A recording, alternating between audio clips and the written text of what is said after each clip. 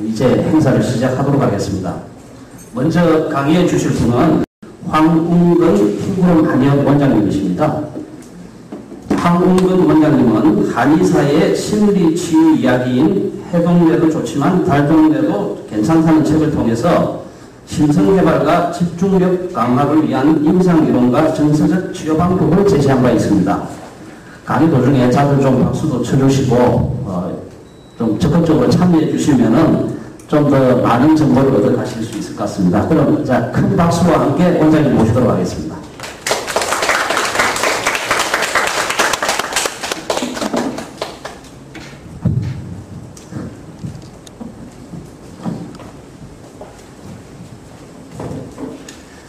네, 안녕하세요. 저는 흰구름 한의원 원장 황웅근입니다.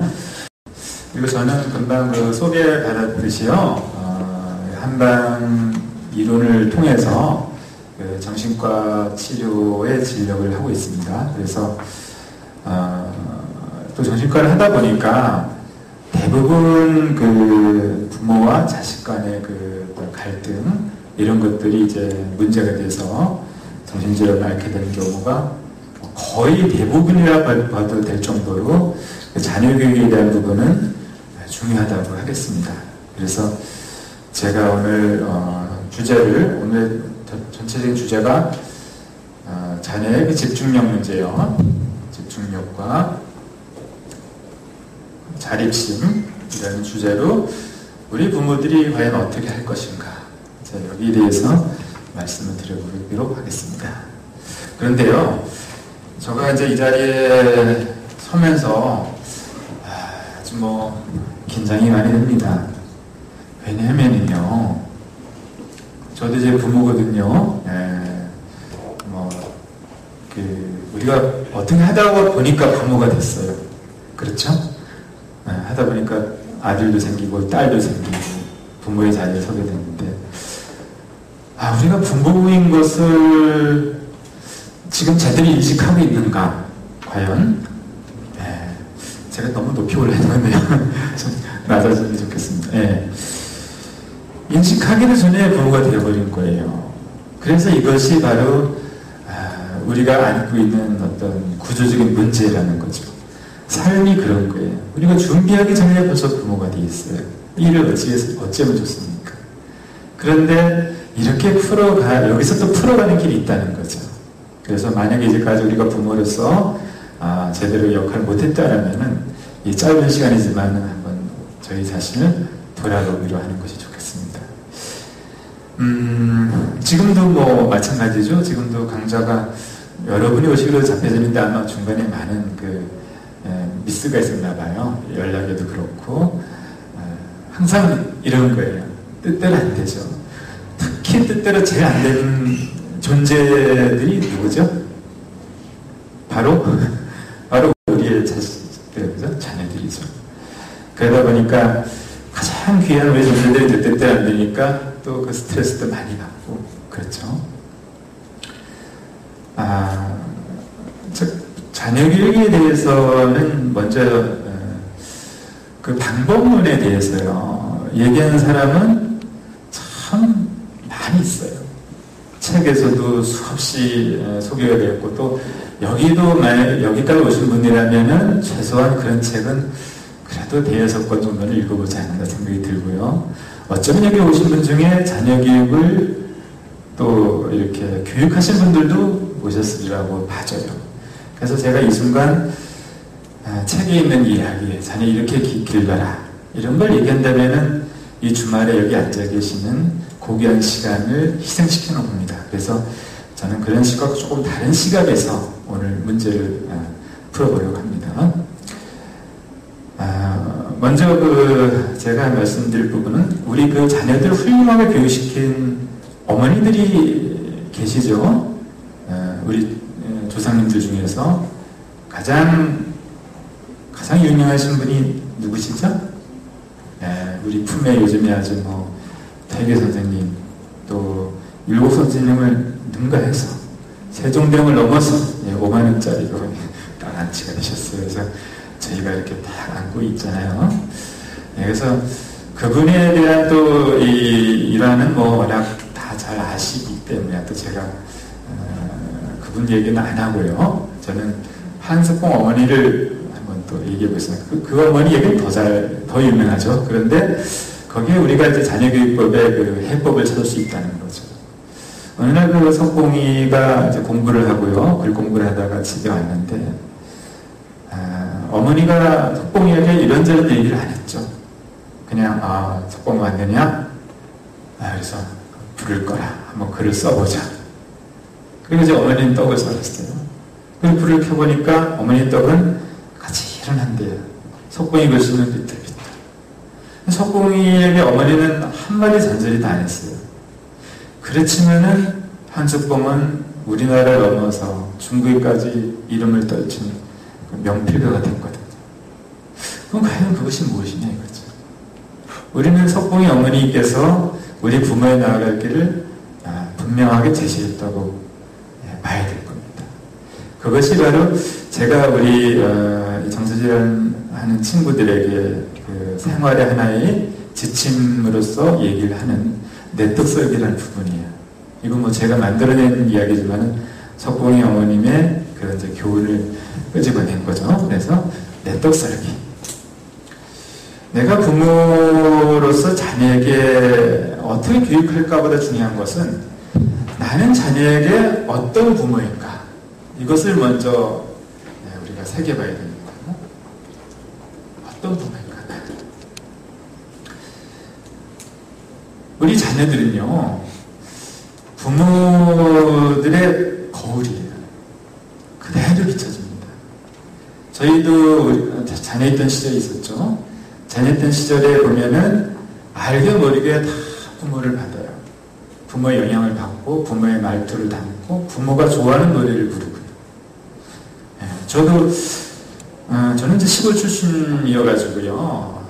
초가집에서 정말 호름불 세대였어요. 그래서 초등학교 5학년 때 전기가 들어왔고, 그 당시에 무슨 노래가 유명한지 잘 모르고, 제가 중학교 2학년 때 경기도 구리시로 전학을 했는데요. 아버님으로부터 제가 노래를 들은 게 제가 들은 최신 유행가의 전부였어요. 그런데 중학교 2학년 때 제가 전학을 와서 이렇게 인사를 하니까 우리 중학교 친구들이 시골에서 오고 그랬으니까 입학기념으로 전입기념으로 노래를 한번 불러보라고 그랬어요. 그래서 제가 그 당시 아버님으로부터 들은 최신 유행가를 한번 불러봤습니다. 제가 한번 불러보겠습니다. 쌍고구둥이 울어대는 이별의 인천항구. 이렇게 노래를 부르는데 말이야, 이 친구들이 박장대소를 하고 막 뒤집어지는 거예요. 왜 이들이 일어나? 이 노래는 제가 알기로는 최신 노래인데. 그래서 저는 그때 몰랐어요. 정말 의아했어요. 그래서 한 1년, 2년 지나고, 도시에서는 이런 노래 안 부르는구나. 특히 중학생 때는 그런 트로트 안 부르는구나. 이걸 나중에 안 거예요. 그러니까 그 정도로 저도 그렇고, 부모님의 영향을 되게 많이 받는다는 거죠. 알게 모르게. 그래서 우리가 자식을 봤을 때 못마땅한 점이 보이면은 그 점은 분명히 내가 준 거예요. 나의 거울에 그대로 비춰집니다. 잘하는 것은 또 내가 준 거예요. 그건 내가 무엇을 줬냐는 살피면은 그대로 자식들이 흉내내는 거예요. 제가 여기 강좌객이 잡히고요.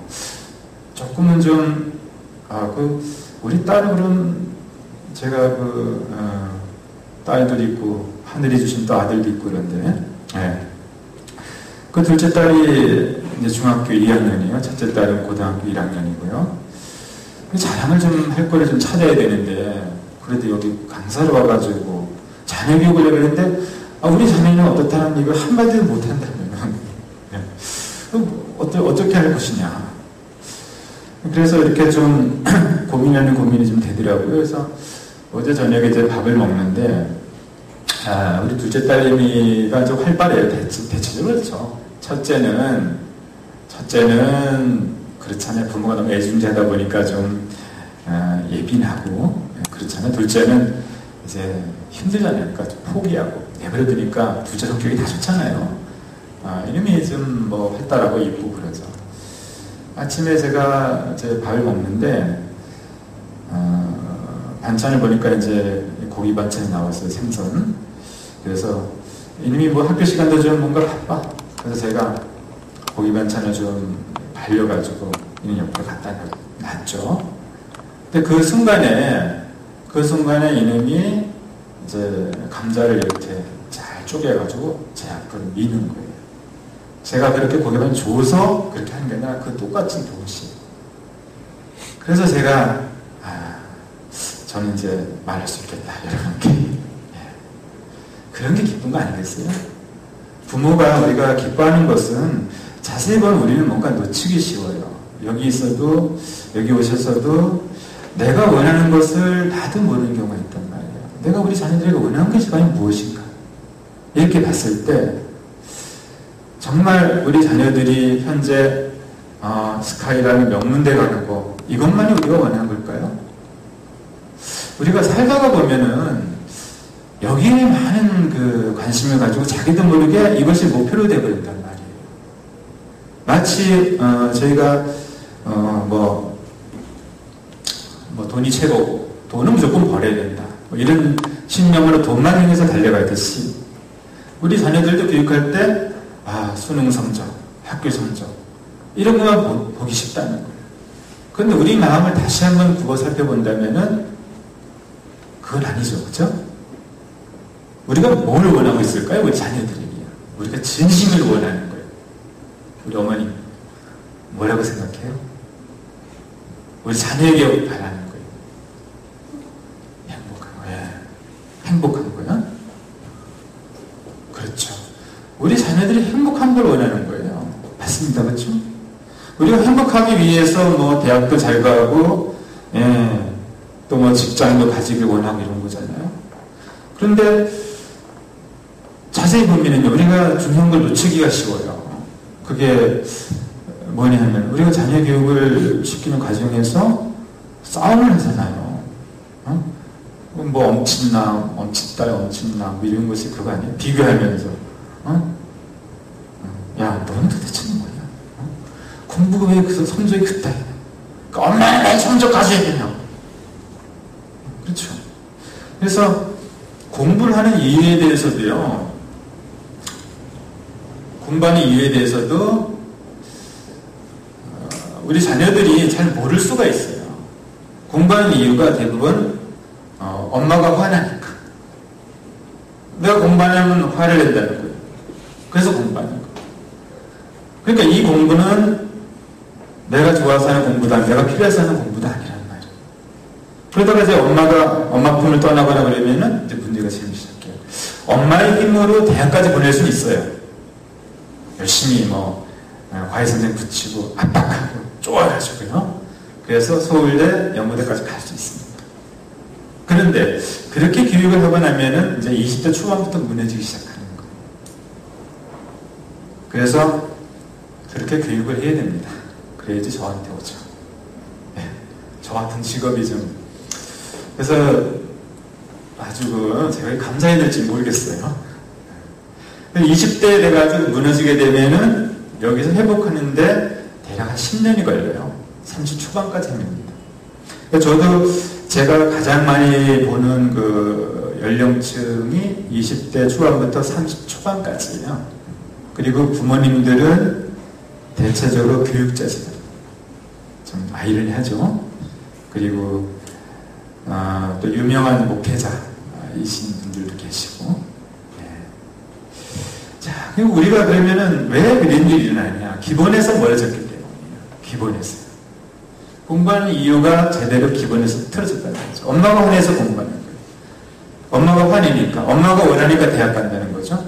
요즘에도 보면은 공무원이 얘기를 합니다. 농담 삼아도 무슨 얘기하는데 왜 대학 가냐고 그러면 엄마가 대학 가라고 그랬어요. 그게 뭐래요? 그것도 괜찮을 수 있어요. 엄마가 대학 가서 간다? 이것은 틀린 이론이다? 이렇게 볼 수는 없어요. 중요한 거는 엄마가 어떤 사람인가, 내가 어떤 부모인가, 잘 몰라도 돼요. 자녀들이. 부모들이 하는 말을 맞다고 보니까 대학 가서 대학 갔어. 잘못입니까? 아니죠. 근데 나는 어떤 사람인가는 들여다봐야 되는 거예요. 나는 어떤 사람인가? 나는 어떤 부모인가? 그럼 우리가 지금 자녀들에게 강조하고 가르쳐가는 게 집중력이에요. 자립심이에요. 자, 그러면 나는 집중력이 있는가요? 나는 얼마나 집중력이 있냐 이거죠. 집중력이라는 건 무슨 뜻일까요? 집중한다는 거. 우리 아이 이제 산만하다 이런 얘기를 하는데 내가 집중을 하고 산다. 어떤 뜻일까요? 내가 집중된 생활을 하고 있어. 그럼 어떤 현상이 일어날까요? 그래서 우리가 이제 이런 이야기가 굉장히 어려운 이야기예요. 알고 보면. 제가 나는 드린 프린트물 2페이지 한번 봐주시겠어요? 이 페이지 보면은 좌측 아래에 그 4단 지심이라고 있죠. 이것이 우리 인간이 가지고 있는 가장 아름다운 마음을 네 가지 단서로서 실마리를 잡아서 풀어낸 거예요. 이게 이제 맹자님 말씀이죠. 우리가 정말 삶에 집중하고 내 생활에 집중을 한다면은 인의예지라는 아름다운 본성이 피어나요. 그래서 인의예지 하면은 여기서 칠은지심이다, 수호지심이다, 사양지심이다, 십이지심이다 이런 건 다 알죠, 그렇죠? 이거를 제가 이제 한학을 제가 12년 한 사람으로서 요즘 말 한번 풀어보는 거예요. 제 한학은 소당 선생님에게 배웠습니다. 그 소당 선생님이 정통 그 유학자이시거든요. 그래서 이걸 풀어보게 되면 내가 집중력 있게 산다는 것은 바로 이런 마음을 가지고 있는 거예요. 인, 존중하고 포용하는 마음, 반성하고 경계하는 마음. 의가 그렇죠. 나는 과연 타인을 존중하고 있는가? 혹시 내가 개인 생활할 때 나의 주장만 먼저 내세워서 다투기 있진 않은가? 이런 점을 먼저 봐야 된다는 거죠. 또 반성하고 경계하는 마음이 있는가? 내가 언제든지 무너질 수 있다는 거. 내가 완성된 부모가 아니라, 내가 인격자가 아니라, 조금만 게으르게 되면 금방 무너져가지고 감정적인 인간이 될 수 있다는 거. 그런 점에 대해서 내가 깨어있는가? 이것이 의의예요. 겸손하게 양보하는가? 져주면서 승리하는 법을 아는가 이거죠.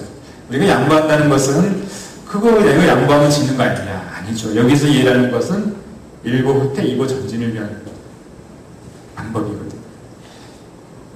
그리고 만족하고 감사하는 마음, 지가 12지심이에요.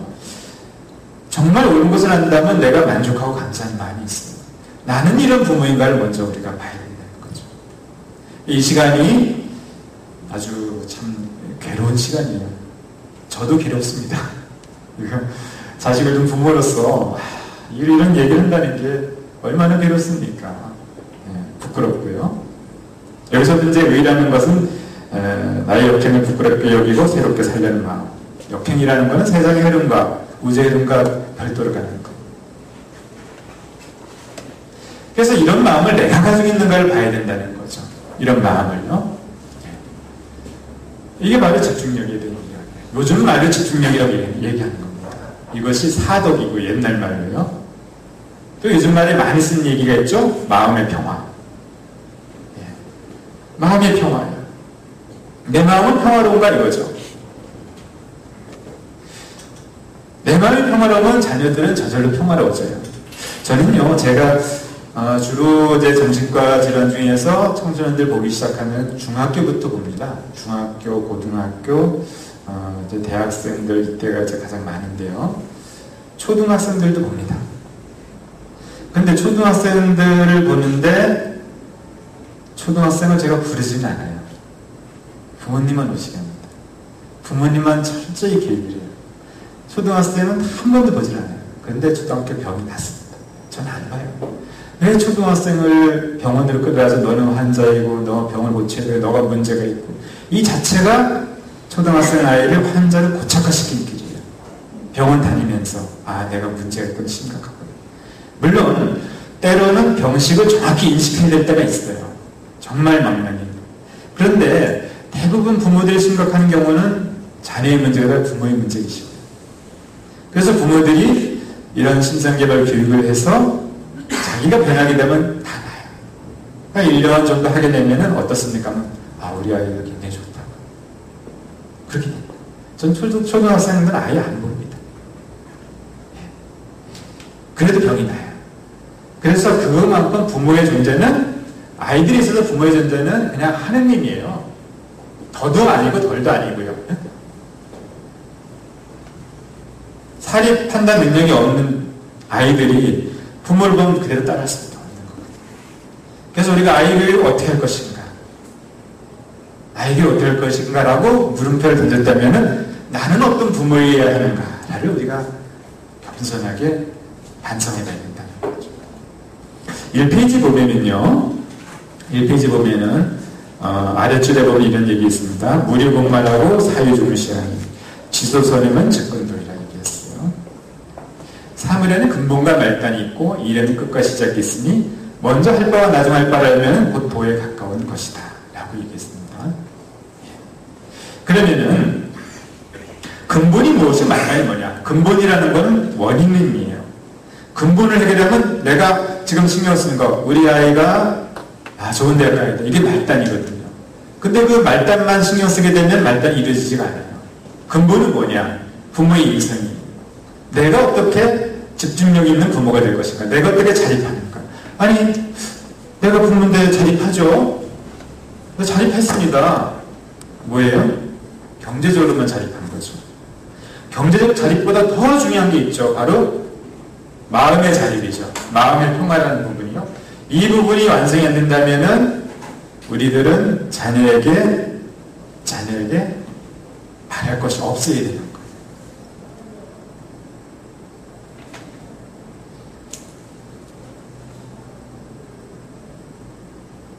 그래서 1페이지 좌측 하단 두 번째를 보게 되면 이런 얘기했죠. 기소부력을 물시해내라.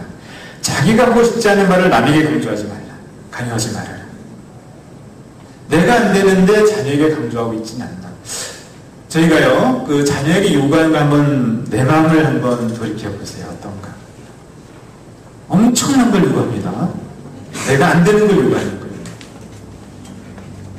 내가 못하는 걸 요구해요. 그거는 자녀에게 행하는 굉장히 정신적인 폭력이에요. 어마어마한 자기도 모르게 자녀를 압박하는 거예요. 거기서부터 자녀들이 틀어지기 시작하는 거거든요. 어른들도 마찬가지죠. 우리가 참 바라는 게 보통 많은 게 아니에요.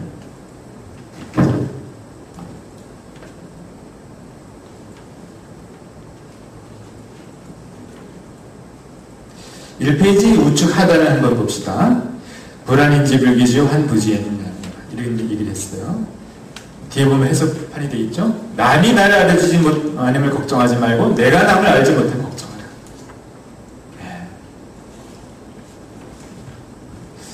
이거는 남의 눈치를 보는 얘기는 아니죠. 남의 마음을 헤아릴 때 내가 되어서 해버려야 거야. 내가 누군가가 나에게 이런저런 조언을 하고 충고를 하는데 그 사람이 그게 안 돼.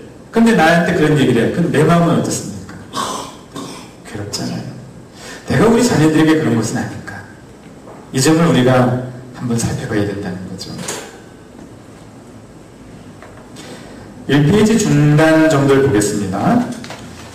지족자는 빈천영락이요 부지족자는 부귀여근이라 했어요.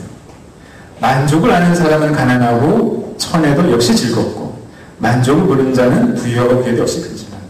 우리는 어떤 사람들일까요? 제가 이제 부부 문제도 많이 이렇게 언급을 하는데요. 어떤 부인이 오셔가지고 남편이 지금 뭐 정신상태가 안 좋고 공황장애, 뭐 우울증, 망상증이 심해요. 그래서 이제 여러 가지 하소연을 하면서 이런 얘기를 합니다. 저는 정말 바라는 게 없어요. 그냥 아이들하고 주말에 그냥 아빠하고 놀러 가는 정도, 휴가 때 같이 하는 정도, 그 정도예요. 아니 그 정도를 바라는 게 이게 심한 겁니까? 그래서 제가 이렇게 말씀드렸어요. 굉장히 심한 무리한 부탁입니다. 우리가 가지고 있는 이 만족의 기준치라는 거는요, 조금 이렇게 써 있어요. 우리가 하는 만족의 기준치에 따라 가지고 우리 행복이 결정되는 거예요. 아까 우리 어머님께서 우리 자녀가 가장 바라는 건 우리 자녀의 행복이다. 우리 자녀가 자립해서 자신감 있게 살고 대인관계 원만해가면서 살아간다면, 그래서 행복하다는 우리 부모님들은 바라는 게 없는 거예요. 더 이상.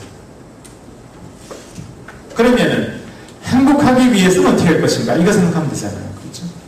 내가 행복하면은 자녀들은 행복했어요. 그러면 내가 자녀에게 바라는 기준치는 어느 정도인가? 자녀가 감당할 수 없을 만큼 바라는 것은 아닌가? 일찍 일어나야죠. 학교 잘 가야죠. 학원 잘 가야죠. 성적 우수하게 나와야죠. 부모님께 잘해야죠. 어쩌면 우리가 자녀들에게 바라는 것은 최소한의 영역이 아니라 최대한의 영역을 잡고 나는 이 정도는 기본이다라고 얘기하고 있는 것은 아닌지, 이런 점을 우리가 깊이 한번 돌이켜봐야 된다는 거예요. 그래서 자녀들하고 이렇게 많은 걸 요구에다가 이 채워주지 않으니까 어떻게 합니까? 자녀하고 싸우잖아요. 수준이 똑같아요. 애들 수준이에요. 우리가 자녀하고 싸운다는 건 수준이 그 수준이 아닙니까? 아직 공부를 안 해가지고요. 마음 공부를 안 해가지고 어떻게 하다 보니까 연애하고 나이가 되다 보니까 장가를 가고 결혼을 했어. 그 애들이 그냥 태어났어. 이제는 우리가 공부할 때라는 거예요. 공부는 부모가 해야 되는 거예요. 그럼 뭐 공부 많이 했는데 누가 그런 공부 말이에요? 지식 공부 아니죠. 지혜 공부죠.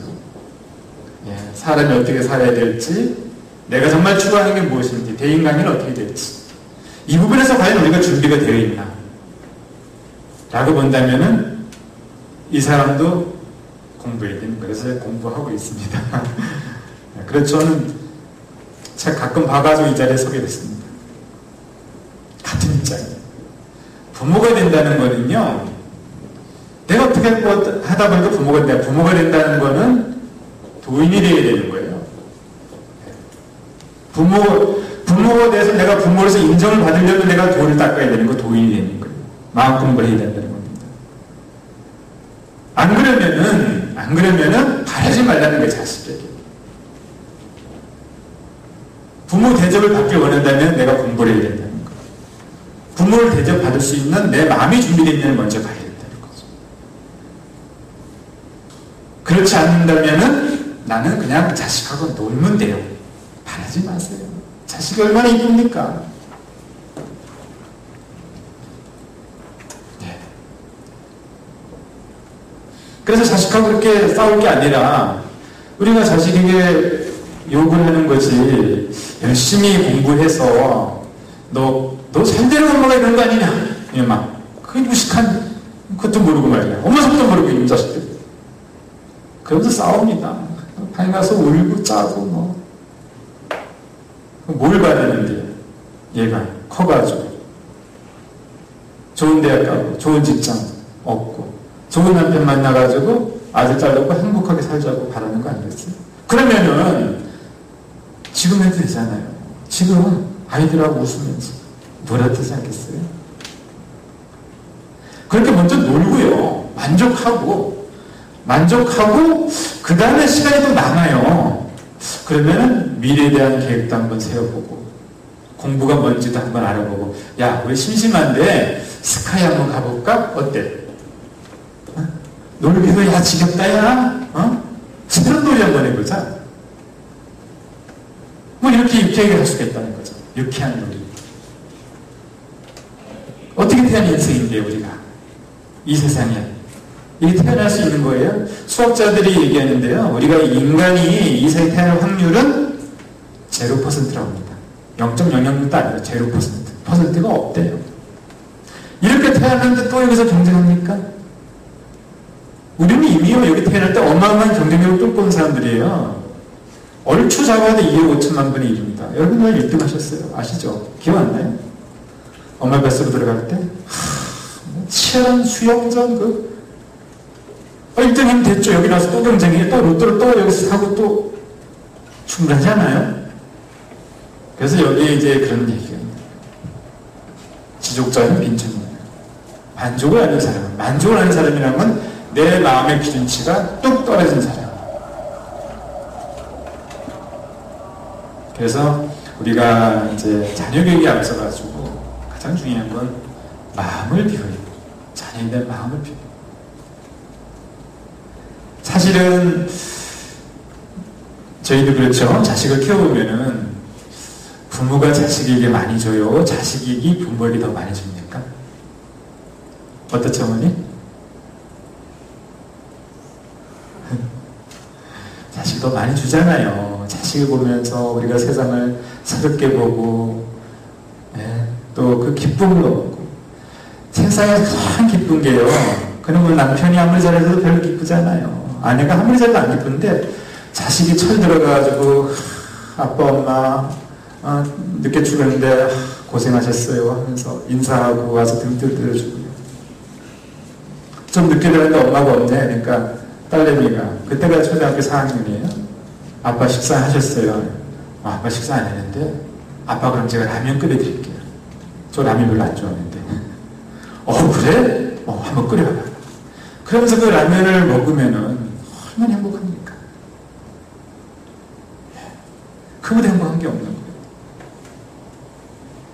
우리는 너무 많이 바란다는 거죠. 자식이 얼마나 많이 해주는데 또 바래요. 엄청 우리가 반성해야 될 처지라고 생각합니다.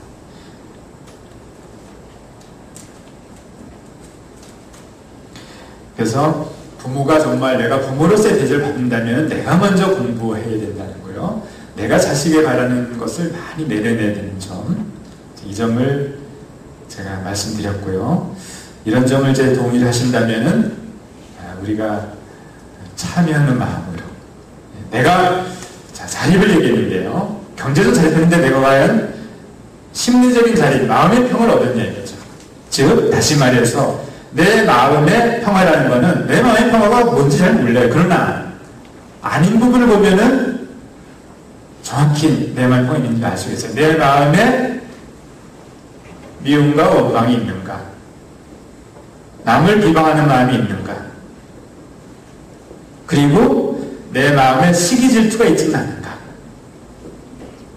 이거 보는 거예요. 그래서 내가 내 자식 말고 다른 자식이 잘 됐을 때 시기라는 정의는 제가 이 한방정신과 열면서 이런 거를 좀 정리해야 되기 때문에 최초로 제가 정리를 했습니다. 정의를요. 오늘 오신 분들 중에서 제가 책을 다 못 드릴 것 같은데 하여튼 제가 동아일보에서 그 책을 하나 냈어요. 그래서 해동래도 좋지만 달동래도 괜찮다. 예, 이런 책이 있습니다. 그래서 제가 이 시간에 못한 얘기는 여기 다 담겨져 있습니다. 그래서 책을 보시면 되고요.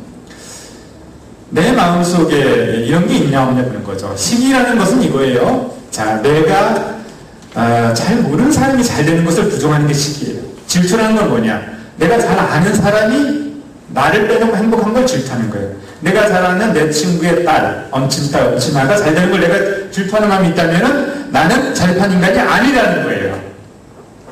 이걸 우리가 눈을 떼야 된다는 거예요. 내가 자립하지 않고 자식에게 자립하길 원한다는 거죠. 그 점부터 내가 고쳐서 해결해야 되죠. 그러면 자식은 반드시 나를 닮게 가게 되는 거예요. 그래서 심리적인 자립이 중요하다. 그렇게 하기 위해서는 본성 회복이라는 부분으로 우리가 접근을 해줘야 돼요. 그래서 이 점은 이제 제가 조금 부족한 부분 남겨두고요. 이런 뜻에 좀 마음에 와닿는 점이 있다면은 책을 한번 사서 보시면 되겠습니다. 그리고 질문 시간이 좀 부여됩니까? 예. 예. 질문 한 분 받겠습니다. 시간상요. 예.